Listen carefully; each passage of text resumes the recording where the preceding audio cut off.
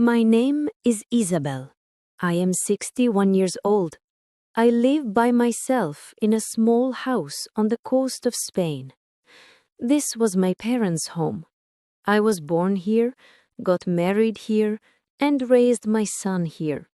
The walls hold memories of happy times, but now the house is very quiet. My husband Antonio died 9 years ago. Since then, the house feels too big and empty. I spend my days cleaning, reading old letters, and watering the flowers he loved. I try not to cry when I see his chair or his books.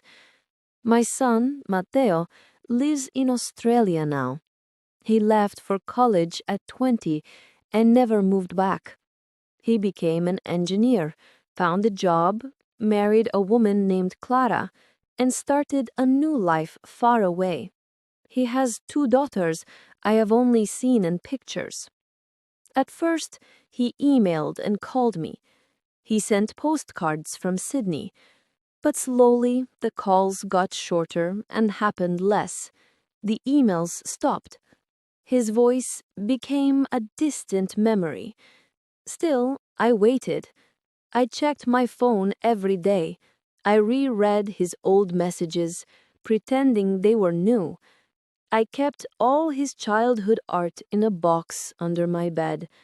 I prayed for him every night, even if he no longer remembered me. One day, something unusual happened. Someone knocked on my door. No one ever visits me. The mailman just puts the mail in the box. I opened the door slowly, and my heart leaped. It was Matteo. He stood there with a suitcase. He looked tired and thinner, with dark circles under his eyes. But when I saw him, I felt only joy. I hugged him right away. I could not believe my son had finally come home. I made tea and brought out the special almond cookies. He sat at the kitchen table, looking at the familiar room. He said nothing had changed. I told him the only difference was the quiet and the slow pace of life. We did not talk much at first. There was too much to say. But when he started speaking, I listened. He said he missed me, and that his life had been very busy with work and family. It kept him away. I did not want to be angry. I understand how life can be, but I had waited for so long, and his absence hurt me deeply. Then he said something I did not expect. He asked me to move to Australia with him. He said I should not live alone. He said his house has space, and his daughters want to meet their grandmother. He said I could have my own room and a new life with family. I did not know what to say. I looked around my home, filled with my entire life.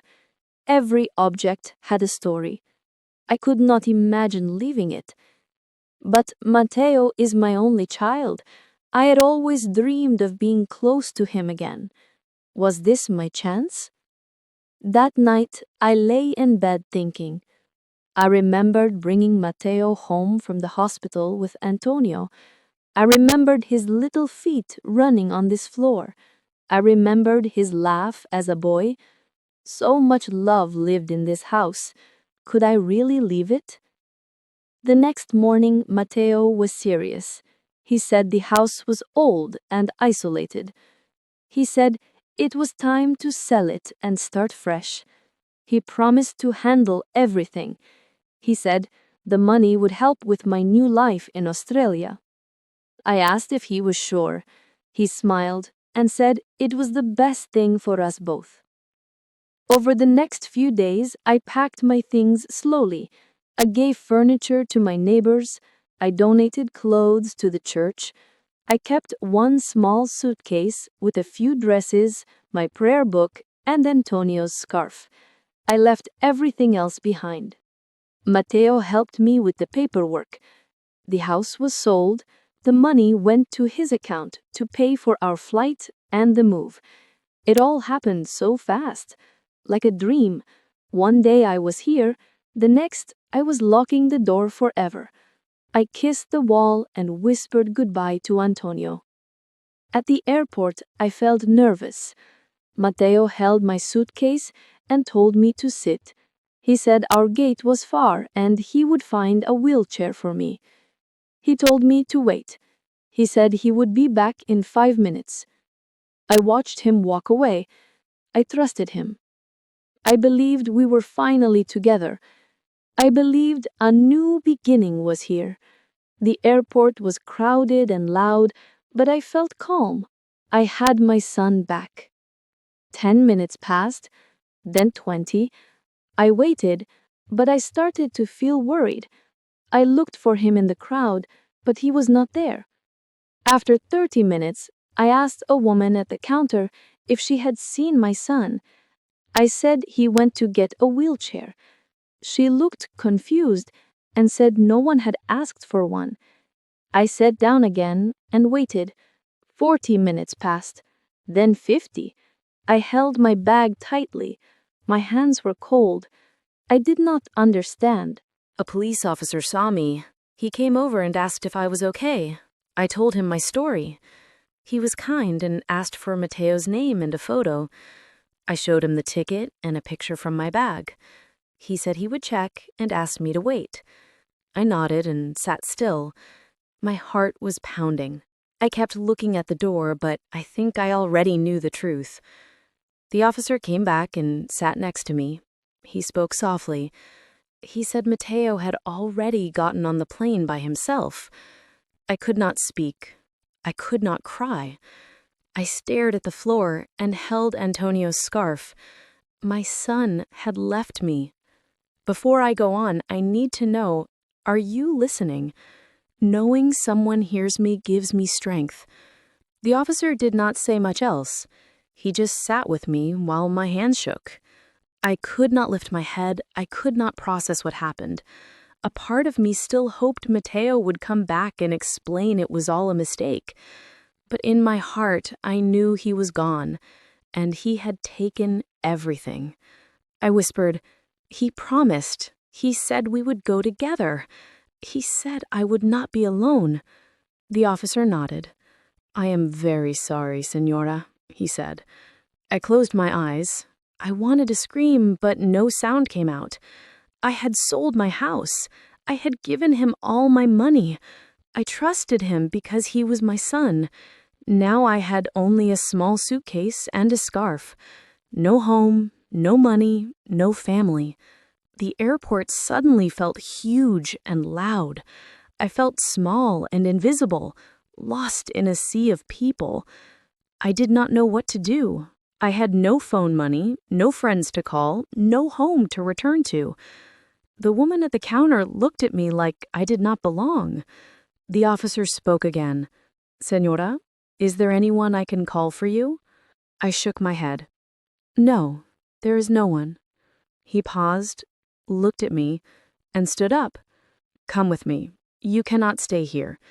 I will take you to a safe place." I hesitated. I never go with strangers, but his voice was calm and honest. I stood up slowly, holding on to the chair. He carried my suitcase and walked with me. Walking through the airport, I felt ashamed. Everyone was rushing, laughing, and taking photos. I was an old woman following a police officer like a lost child. We reached his car in the parking lot. He opened the door for me and helped me in. "It is not a long drive," he said. "My home is close." His name was Carlos. He told me he lived with his wife, Sophia. He said she works in a library and loves to bake bread on Sundays. "I will explain to her," he said. "She will understand." I nodded, too shocked to speak. When we arrived, Sophia opened the door before we knocked. She looked surprised but welcomed me inside warmly. She took my coat, led me to the sofa, and gave me a blanket. Then she made me real tea, not from a machine. Holding the warm cup, my hands finally stopped shaking. Carlos talked quietly to Sophia in the kitchen. I heard words like airport, alone, and left. She looked at me with kind, sad eyes. Later, she sat beside me. "You are safe now," she said gently. "Please do not worry." I nodded, and tears rolled down my face. I did not know why I was crying. Was it sadness, anger, or relief? Maybe all three. That night, I slept in their guest room. Sophia gave me clean towels and warm pajamas. She put a small plant on the windowsill. "For peace," she said. I lay in bed, staring at the ceiling. I thought of Matteo, high in the sky, so far away. I wondered if he was thinking of me. I wondered if he ever really planned to take me. I tried to sleep, but my memories kept me awake. The next morning, Carlos had already left for work. Sophia made me breakfast: fresh bread, cheese, and warm milk. She asked if I wanted to go for a walk later. I said I was not ready. "Take your time," she said. "This is your home now. There is no hurry." I sat by the window most of the day, watching the trees. I held Antonio's scarf. I kept thinking, what did I do wrong? But there was no answer. Days went by. Carlos came home each night with a small gift for me: a puzzle book, some fruit, a hairbrush. He asked for nothing back. Sophia treated me like family. One evening, Carlos came home looking pale. He walked in slowly, his head down. Sophia saw he was upset and followed him to the kitchen. I listened from the hall. I heard his low, pained voice. "Flight Q78. It crashed." Sophia gasped. "No one survived?" Carlos was quiet. Then he said, "Everyone is gone." My legs felt weak. I went back to the living room and sat down, staring at the wall. He had not told me. He wanted to protect me from more pain. And maybe I needed that. Because even though Matteo betrayed me and left me, he was still my son. I still prayed for him. I still dreamed he would return and apologize. Carlos came into the room and sat next to me. I did not ask for details. I already knew. I looked at him and said, "Thank you for not telling me right away." He nodded. "I wanted you to rest first." I cried that night, quietly, so Sophia wouldn't hear.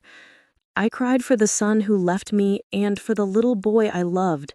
I cried for the loss and the betrayal. But I also cried because I was not alone anymore. I had no blood family, but I had something else: kindness. Carlos and Sophia gave me the care and honesty my own son could not give me. One day, Sophia asked me if I wanted to go back to my old village, to my old house. I shook my head. I lost that house, but I found a new home here. The days began to feel softer. The pain in my chest did not go away, but it became quieter, like an old song that doesn't make you cry anymore. I still think of Matteo every morning. I still keep his childhood photo on my bedside table. But now I look at his smiling face and I no longer ask why. I just whisper, "I hope you found peace." Sophia slowly brought me into her life. She didn't push me to talk or do things. She just included me. One morning, she asked me to help fold laundry. Another day, she asked me to help bake bread. She said her bread never rose like her mother's. I laughed and showed her how to warm the bowl first. That day, the bread was perfect. We smiled together. Carlos worked long hours, but he always had time for me. He brought me small things: a puzzle book, a flowered scarf like the ones in my old garden, my favorite jam. He did not talk much, but I felt his kindness in every gift. One night, I told him, "You remind me of Antonio." His eyes got soft. "That is the best thing anyone has ever said to me."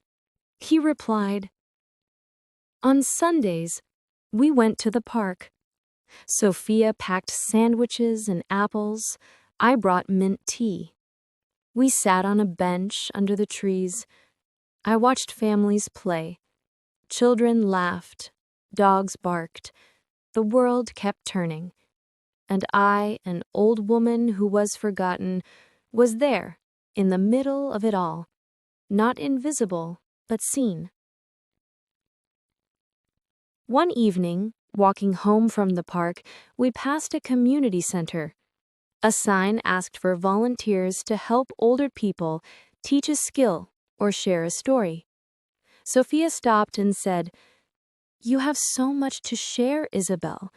Would you like to try?" I did not answer immediately. I was not sure anyone would want my stories, but a small light inside me flickered and said, "Maybe." The next week, I went to the center. It smelled of soup and paint. A woman named Lucia welcomed me with a hug. She asked if I could teach a simple cooking class, easy Spanish food. I smiled. "I know how to make a lentil stew that will make them cry with happiness." Every Wednesday after that, I wore an apron and taught a few people how to chop onions, cook rice, and fold empanadas. They called me Doña Isabel. I had not heard that name in years. I shared stories about Antonio, my garden, and yes, about Mateo. I did not speak with anger. I told the truth gently. Some people nodded in understanding. Others listened closely. One girl said, "You should write your life down." I laughed and said, "Who would read it?" But her words stayed with me. One morning, I walked past a bookstore. A notebook in the window caught my eye. It was blue with white stars. I went in, bought it with my coins, and that night I started to write. I wrote for myself, not for others. I wrote about my childhood, falling in love with Antonio, and holding Mateo's tiny hand. I wrote about waiting, silence, the knock on the door, betrayal, kindness, losing a son, and finding a new life. With every page, I felt lighter, as if the pain was no longer trapped inside me, but resting safely on the paper. Carlos found my notebook once. I had left it on the table. He did not read it. He just put a bookmark inside and said, "When you are ready to share, I would love to listen." Sophia started a small garden in their yard. She said it reminded her of mine. She let me pick the seeds. I chose marigolds, lavender, and rosemary. She put a bench beside it for me. I sit there every morning in the sun. One afternoon, Carlos brought home a small framed photo. It was a picture of the three of us, me, Sophia, and Carlos, on the park bench. Someone from the center had taken it. Under the picture, he had written, "Our Isabel, our family." I cried when I saw it, not from sadness, but from a feeling of healing.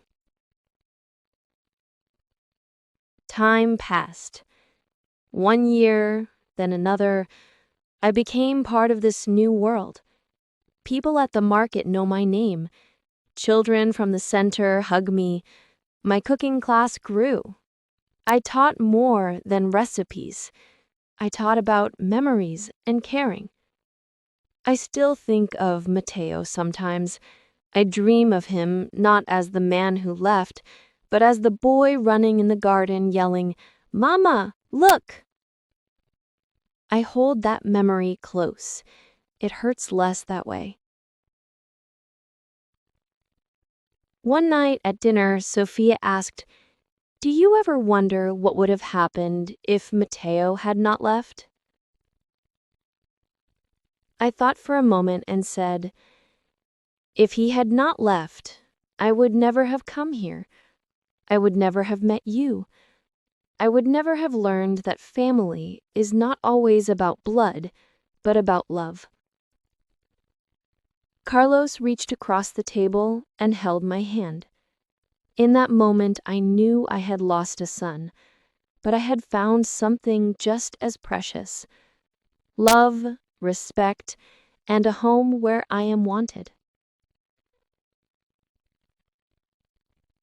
Not everything that breaks you destroys you. Sometimes you break open so the light can get in. If this story touched your heart, please like, comment, and share. More emotional and inspiring stories are coming soon.